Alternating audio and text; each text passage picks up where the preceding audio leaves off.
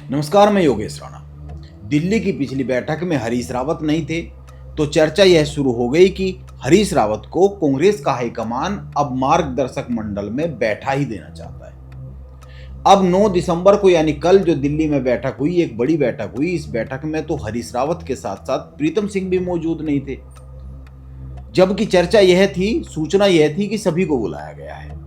यह बैठक प्रदेश प्रभारी कुमारी शैलजा ने ली। इस बैठक में गणेश गोदियाल, कर्ण मेहरा, हरक सिंह रावत, यशपाल आर्य, काजी निजामुद्दीन मौजूद रहे, लेकिन हरीश रावत और प्रीतम सिंह इस बैठक में मौजूद नहीं रहे। हरीश रावत और प्रीतम सिंह की बैठक में क्यों मौजूदगी नहीं रही, इस सवाल पर आने से पहले आप दिल्ली में 1 दिसंबर को जो बैठक हुई थी, जो पिछली बैठक हुई थी, अचानक से जो बुलाए गए थे उत्तराखंड के कांग्रेस के नेता, उस बैठक को लेकर थोड़ी सी चर्चा कीजिए। समझिए उस बैठक में क्या हुआ था। 1 दिसंबर को दिल्ली में राहुल गांधी और कांग्रेस के राष्ट्रीय अध्यक्ष मल्लिकार्जुन खड़गे ने बैठक बुलाई। अचानक से वो बैठक बुलाई गई थी और इस बैठक में जो 1 दिसंबर को हुई थी, उसमें गणेश गोदियाल, कर्ण मेहरा, हरक सिंह रावत, प्रीतम सिंह मौजूद रहे। जम्मू कश्मीर से यशपाल आर्य ऑनलाइन जुड़े थे। इस बैठक में राहुल गांधी ने उत्तराखंड कांग्रेस के नेताओं से एक बात कही। उन्होंने कहा 2027 की सारी पुख्ता तैयारी तो करो ही, लेकिन इसके साथ साथ मुझे उन लोगों के नाम भी चाहिए जो उत्तराखंड में बीजेपी से या बीजेपी की सरकार से उपकृत हो रहे हैं। राहुल गांधी ने ये बड़ी बात कही। आप लोगों को याद होगा, जब प्रदेश अध्यक्ष की कुर्सी पर कर्ण मेहरा थे तो उन्होंने कई बार कहा कि उत्तराखंड में कांग्रेस में स्लीपर सेल है। ये लोग रहते तो कांग्रेस में है, लेकिन काम बीजेपी के लिए करते हैं। एक बार गणेश गोदियाल ने भी यह बात कही थी। अभी हमने कांग्रेस के पूर्व प्रदेश अध्यक्ष कर्ण मेहरा से एक लंबी चौड़ी बातचीत की। जब हमने उनसे पूछा कि बार बार यह सवाल तो उठता है कि कांग्रेस में स्लीपर सेल है, लेकिन किसी का नाम तो कभी सामने नहीं आता है। इस सवाल के जवाब में कर्ण मेहरा ने एक बड़ी बात कही। उन्होंने बहुत ही साफ साफ कहा कि अब ऐसा नहीं है, सबको सब नाम मालूम है, अब एक एक नाम दिल्ली जा रहा है लोगों के। लेकिन कांग्रेस में इशारों में बातें कहने का बड़ा चलन है। जैसे वो विष पुरुष कह रहे, आप लगातार, आपने कई बार कहा, प्रेस कॉन्फ्रेंस तक में कहा कि स्लीपर सेल है। और मुझे जहां तक याद आ रहा है, शायद एक बार गणेश गोदियाल ने भी कहा, ये एक लाइन उन्होंने भी शायद कहा ईडी के घेराव में। हाँ, एक बार कहा ईडी के घेराव में। सही कह रहे हैं आप। तो लेकिन नाम कोई बताता नहीं है, केवल नहीं, नाम हम लोगों ने दिल्ली बताए हैं। अच्छा। और अब चर्चा होने लगी, खासकर जब से सुरेंद्र शर्मा जी हमारे सह प्रभारी बन गए हैं, वो काफ़ी खुल के बात कर लेते हैं। तो हम लोग किसी का बिगाड़ने के लिए नहीं कहते, बट हम लोग बताते हैं कि ये व्यक्ति ऐसा। तो विष पुरुष जो है, जो स्लीपर सेल है, वो मार्ग है, दिल्ली नाम जा रहे हैं। अब एवरीबडी इज मार्क्ड, सबको पता है कौन कौन है, तो उनकी बातों को सुना जरूर जाता है, पर उसमें कोई एक्शन नहीं लिया जाता। लोग समझते हैं कि क्या करें। राहुल गांधी ने उत्तराखंड कांग्रेस की लीडरशिप से स्लीपर सेल के नाम मांग लिए हैं, जो उत्तराखंड में कांग्रेस में रहते हुए बीजेपी के लिए काम कर रहे हैं। ये एक बड़ी बात है। अब एक दूसरी बात पर आते हैं। आप गौर कीजिए कि आप कह सकते हैं, जो दूसरी बात की हम चर्चा कर रहे हैं, या फिर जो अभी पहली बात की चर्चा की, आप कह सकते हैं कि इन बातों का दिल्ली की अभी की बैठक से क्या लेना देना। कोई लेना देना मान सकते हैं कि सीधे तौर पर नहीं है, लेकिन उत्तराखंड कांग्रेस में क्या चल रहा है उसको समझने के लिए इन घटनाओं से मदद मिलती है। अभी हरीश रावत और यशपाल आर्य की एक गतिविधि पर बात करनी चाहिए, और कांग्रेस को कैसे उनकी इस गतिविधि से हानि होगी या लाभ होगा, इसको भी समझना चाहिए। अभी हरक सिंह रावत ने एक बड़ी चूक की।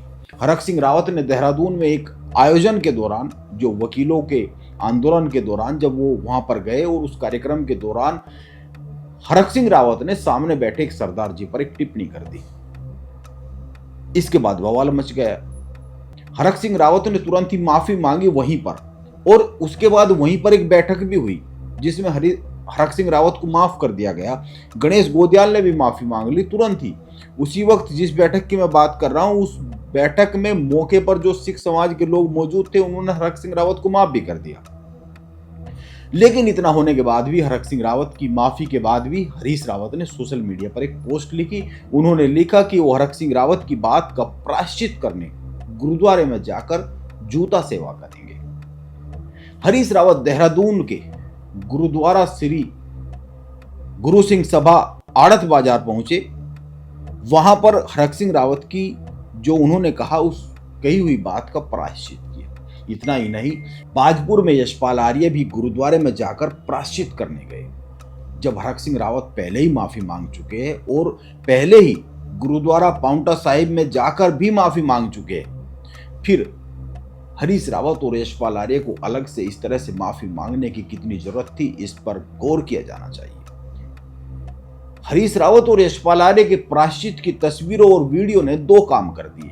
पहला, हरक सिंह रावत की गलती जो केवल देहरादून और उसके आसपास या उधम सिंह नगर के कुछ हिस्से में थी, उसको राज्यव्यापी कर दिया, और राज्यव्यापी नहीं, उसको देशव्यापी कर दिया। और दूसरा, हरक सिंह रावत की गलती को पूरी कांग्रेस की गलती बना दिया।